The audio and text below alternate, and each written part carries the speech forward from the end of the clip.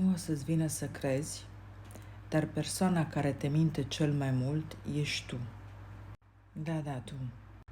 Persoana care te sabotează cel mai mult ești tu.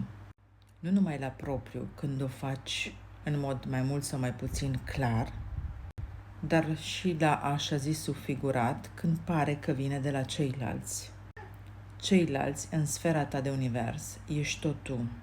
Cineva zice, se exprimă altfel, că îi atragi, în fine, zic cum vrei, dar ești tot tu. Pe corpurile tale există acea dualitate și până nu o conștientizezi, continui să o vezi.